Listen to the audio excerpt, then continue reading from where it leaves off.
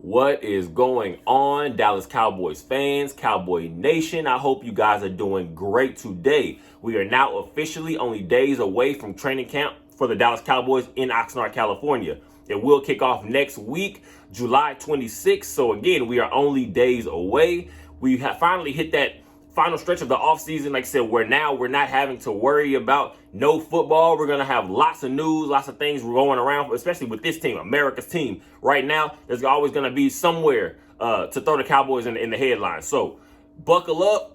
Before we get going, as always, go ahead and subscribe, go ahead and share, go ahead and like, comment anything down below. You guys' support is always very important, and I appreciate it very much. So let's get going. We are now about to have some real football, these one-on-ones, these team drills.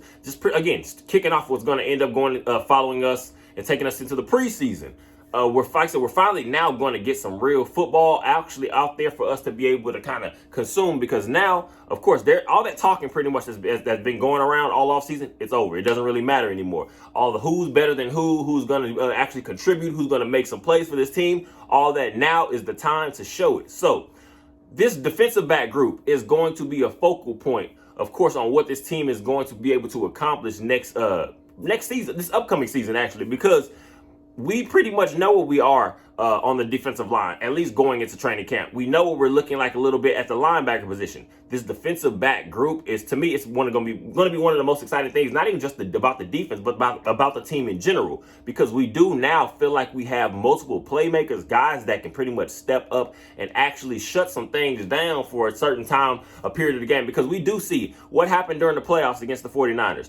There became some instances now where you're looking at a very close game. That one bad angle, that one over pursuit on a play can honestly be the difference between a playoff win and playoff loss. We already know it's the game of inches. So having some guys now, again, I feel like we have a little bit more versatility. We have a few more guys that we can play around with. So let's get going into that. This is going to be something to keep an eye on, because we do now know, of course, there have been talks, early talks on extension to come along for Trayvon Diggs. We see exactly what Trayvon Diggs has been for this team in the last years. And to me, I want to say last season felt like his best season to me overall. And of course, we could throw in the season before, 11 interceptions, play after play. But last season felt to me he was more tuned in on being what that consider is a lockdown corner.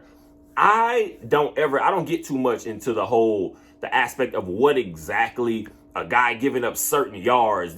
To me, that stuff is always silly talk to me, because at the end of the day, context matters more times than not. If you're playing in games where your team has a nice substantial lead, what is they going to lead the other team to do? You're going to throw the ball more. So, and again, to me, it's always easier to shut down the run than it is to stop the pass, because there are so many variables on every particular play that can get a guy wide open. So to me, I don't get too much into what the yardage. I want to see, to me, use your eye test. What is Trayvon Diggs? He's been a playmaker since he came in the league. We're talking about 3 interceptions his first year in the league. All of a sudden making that jump to 11. Now back to 3 last season, like I said. But to me, it felt like he was more of an overall cornerback, not just that bang or bust, go for broke home run kind of corner. Again, we've seen guys like that throughout history. You have your Asante Samuels, those type players.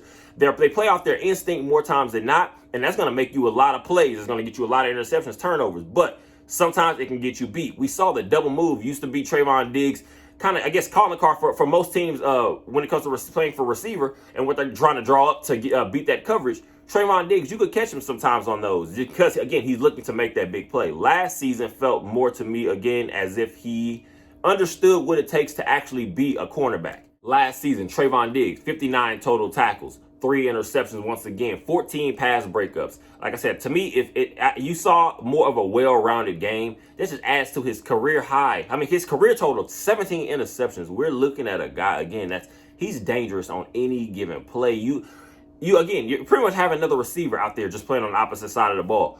Trayvon Diggs, I am going to literally just hope that these contract negotiations, and pretty much one thing you don't want to see derail this season is the morale, have any drop off, because again, when you start talking about guys wanting to get paid, what they feel like their value is, you have got to lock this down. You have young guys like your CeeDee Lamb. You have got young guys like Trayvon Diggs. You can't let these guys get out of the door early on in their career. You worry about to me, in my opinion, you worry about the rest later. You're not really concerned about what exactly he's going to look like in year 5, 6, 7. Because, of course, now at this point of his career, you're looking about what a guy can do and what a guy has already done for you. And again, now he's projecting to what you believe his career. I see Trayvon Diggs can be a top level. To me, depending on what you're going to consider, what you're looking for in your number one cornerback or that type guy. Are you looking for the playmaker? Are you looking for the guy that's going to just try to shut it down? We're talking about 1 catch, 1 yard. That's what you're looking for, just not really getting those turnover opportunities. But are you looking for that kind of guy? It just depends what your team is asking for. I feel like Trayvon Diggs is perfect for what this team needs because you have your monsters. You have your playmakers such as a Micah Parsons. You have those type of guys out there. So what you're looking for more times than not is to get this Cowboys offense, especially if we're going to change our play style. You're looking to get this offense as many more opportunities as you can. So Trayvon Diggs, he has got to be locked in. I'm hoping Stephen Jones, Jerry Jones, and the crew do not mess this up because now we have high expectations for this season and for our potential. So we don't want to see anything derail that. So I feel like Trayvon Diggs, this is the year to get him where he needs to be. We're talking about now a 2-time Pro Bowler, 1-time All-Pro already so early in his career. Again, a career total of 17 interceptions. Get Trayvon Diggs in camp. Keep him happy.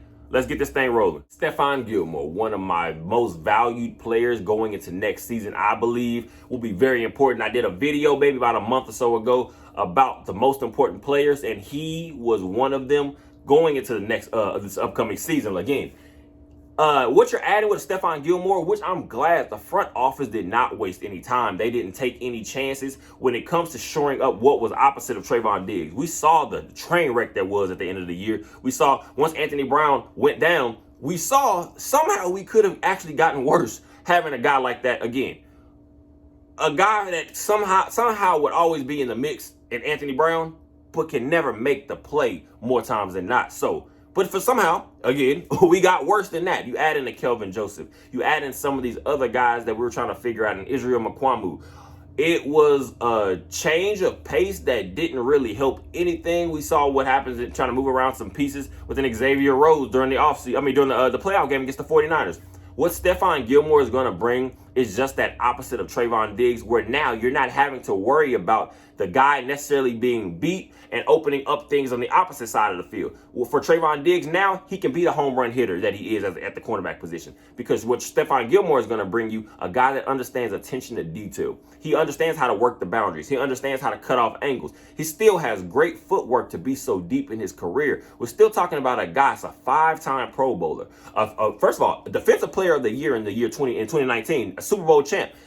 We are still getting that guy that knows how to play the cornerback position, and I feel like at a high level, not anything light. Do not let the age fool you. Stephon Gilmore can still get it done. He's going to be very key to this team, hopefully making a long playoff run. Stephon Gilmore going into his first season with the Dallas Cowboys and his 12th season overall. He's coming off a year of 66 tackles, 2 interceptions, 11 total pass breakups. Again, we're talking about a 5-time Pro Bowler, a Super Bowl champion, 2-time All-Pro, a 2019 Defensive Player of the Year. That's nothing to sneeze at still in this year of 2023. We're going to expect things from him, and hopefully he's able to be one of those key pieces to finally just push us over the top. These two guys are going to somehow be intertwined pretty much the whole season, depending on seeing what we can get from the second guy. But DaRon Bland, coming off a season of 54 tackles, 5 interceptions, 7 pass breakups. We're talking about the 5th-round pick for the Dallas Cowboys out of Fresno State in last draft. This is a guy that we weren't looking to pretty much be that big of a contributor at any point of last season because, again, we're talking about more of a developmental guy. When you start taking guys in the later rounds, especially at the skill positions like that, the quarterback position, you're looking for guys with traits, things you think you can feel you can build on and develop. But, of course, you never know who your actual contributors are going to be that year because, again, it's once the games get going, some guys sink, some guys swim. DaRon Bland is a name that you kind of heard going around training camp a little bit last year, but a lot of guys make some plays. You want to see it against actual NFL talent. That is exactly what he was able to bring. I feel like DaRon Bland showed last season. This game is more about what exactly you're going to be able to bring when your name is called. Jordan Lewis, of course, goes into the season as our focal point at the nickel that nickel cornerback position, because Jordan Lewis, if anything, since he's been with the Dallas Cowboys out of Michigan a few years ago at this point, he has always kind of been just that nice, solid piece. It's nothing, I wouldn't call it anything spectacular, but he can make plays, and we saw that. So when Jordan Lewis goes down, where do we turn? Is there any way to pretty much salvage what we're looking for in that position? DaRon Bland came in pretty much like a savior and helped lock that defense up. And to me, in my opinion, was a big reason for why we were able to be the defense that we were overall last year, of course, because DaRon Bland now in year 2, now your expectations are going to be real. Especially, again, you play for the Dallas Cowboys. That itself is going to draw you a whole lot of eyes. It's going to draw you a whole lot of opinions. If he wants to be able to stamp his name actually as one of those real lockdown nickel corners, those inside slot guys, because we know the importance of that in the NFL game now. It's such a spread out league now. That third cornerback a lot of times is going to be a starter on day one, pretty much from week 1.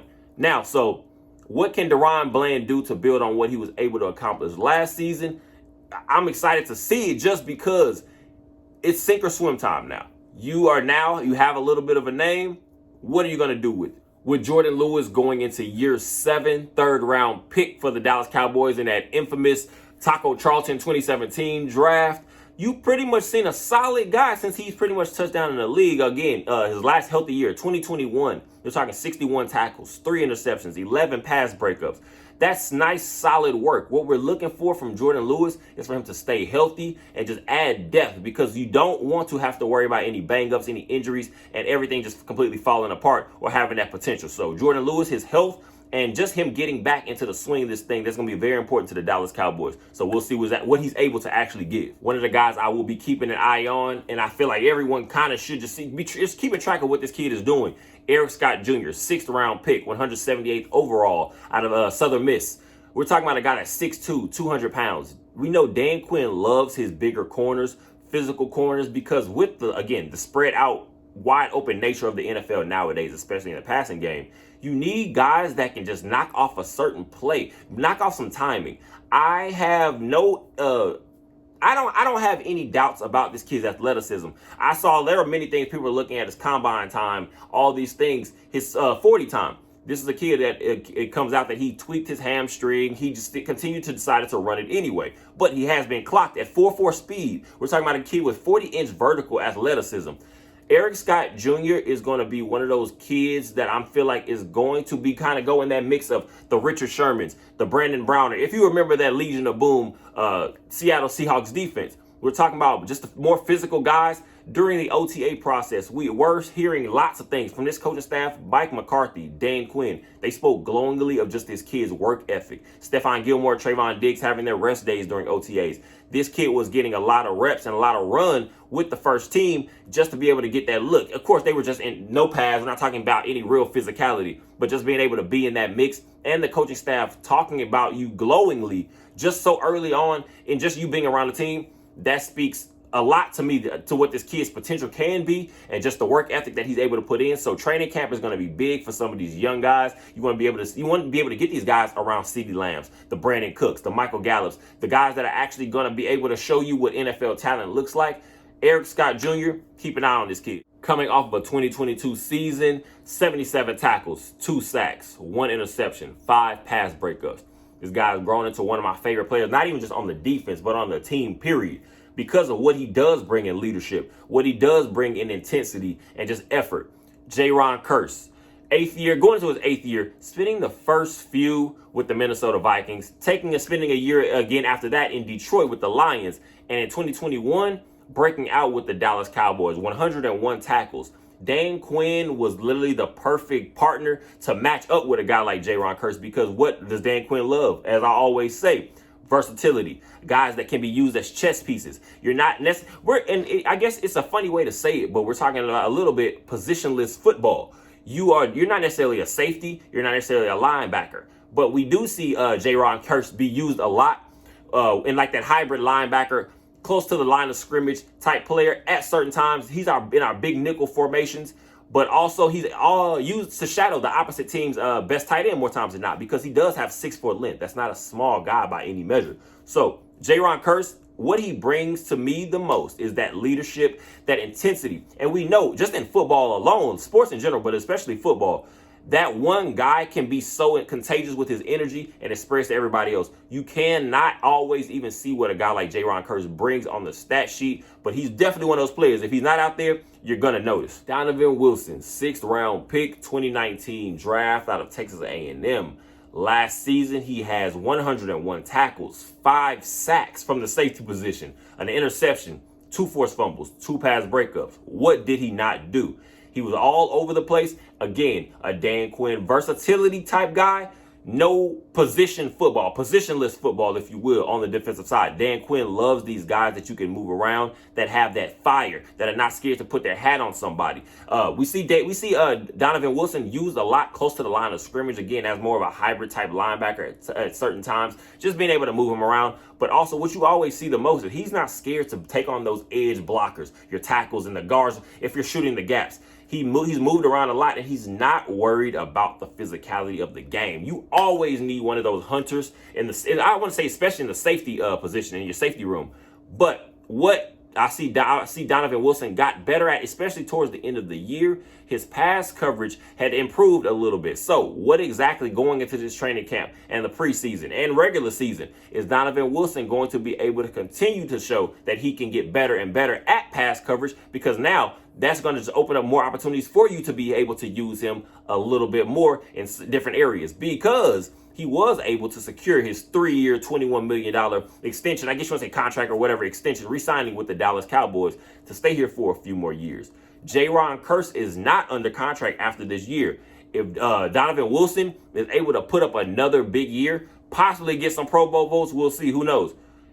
We could be looking at that as a situation we want to keep our eyes on, because, again, is Jaron Kearse going to come back? I'm hoping he does, but we'll see. Like I said, but you can't have too much depth. You can't have too much versatility, and you can't have too many guys that can just make plays. Donovan Wilson, he now has a name. He's not one of those guys that we're just expecting to see if he can develop. He now has some expectations behind him. Let's see if he can reach them. Let's see if he can actually just, again, reach them, but also go higher than those goals. Malik Hooker, 62 tackles, 3 interceptions, 3 pass breakups. We're talking about a guy, if anything, the biggest role he has on his team is just being that steadying veteran player at this point in his career. He's that over-the-top player. What I'm going to say is, because now when you have a defense that has playmakers such as a Trayvon Diggs, a guy now I feel we can be very confident in, opposite of that, Stephon Gilmore can get the job done. Also, when you have louder, just more boisterous players, such as a Jaron Kearse, more vocal players, then you have, again, I call it a kamikaze missile. The guy that's trying to lay the big hit is going to be one of those names that's going to be shouted out by the commentators in the game. Donovan Wilson, what do you need? You need a guy that's going to be able to pretty much steady everything in front of him. That's, to me, what Malik Hooker does. It won't always show up on the stat sheet, and it's not always going to be talked about during game time. But just know, what he brings is just the ability to allow the rest of these playmakers, from a Micah Parsons, a Jaron Kearse, again, just the Donovan Wilsons, just talking about versatility and being able to roam free. When you have a guy in the back that you know is going to pretty much hold everything down in front of him, that's huge, and that's very highly valuable, especially in a Dan Quinn type defense that is looking to shut things down, that is looking to make those big plays, those splash plays. Malik Hooker, former first-round pick, 7th year out of Ohio State to the Indianapolis Colts, top 15 talent. So we still see that he always has some value, because most of these guys, they just need to be in the right position, the right system, be around the right group of combination of guys. I feel like Malik Hooker is that quiet, highly valuable player for this team. I want to see just what he continue to help and develop some of these young guys, because what I will say we're lacking a little bit is the depth behind him. Let's see if he's able to continue to show that, and let's hope some of these guys can buckle up behind him and join the ride. The name of the game is depth. Of course, depth. That's the number one most important thing, where there's versatility also when it comes to guys that can play special teams and actually contribute to this defense that are not your top, mostly counted on guys. Of course, that list can start with a guy like Kelvin Joseph.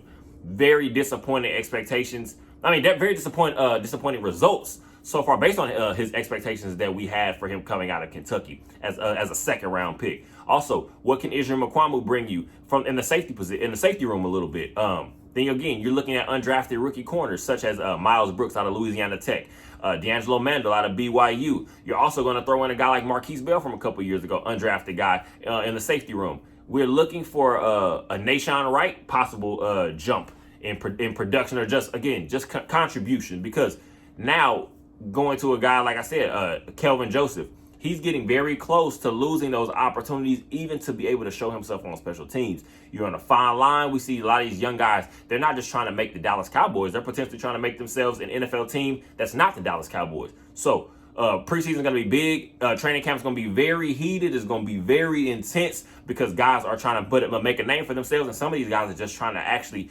put a stamp on what they actually are able to do in this league. So veterans, is going to be a nice mix of veterans. You're going to have the young guys, the rookies out there to learn from. Let's see how this goes. Training camp's exciting. It's a high time for everyone to just be able to show what they've done all offseason. I appreciate all the support. As always, I want you guys to go ahead and like, share, subscribe, comment, all that good stuff to just keep showing us your support. And I appreciate it. You guys make the channel grow. You guys are the heartbeat of the channel. The content will continue to roll out. Like I said, training camp is on the 26th, which is next Wednesday. We're going to have more to talk about. The Dallas Cowboys are never light on news because we are the Dallas Cowboys. So, as always, enjoy your day. You guys are amazing. Go Cowboys.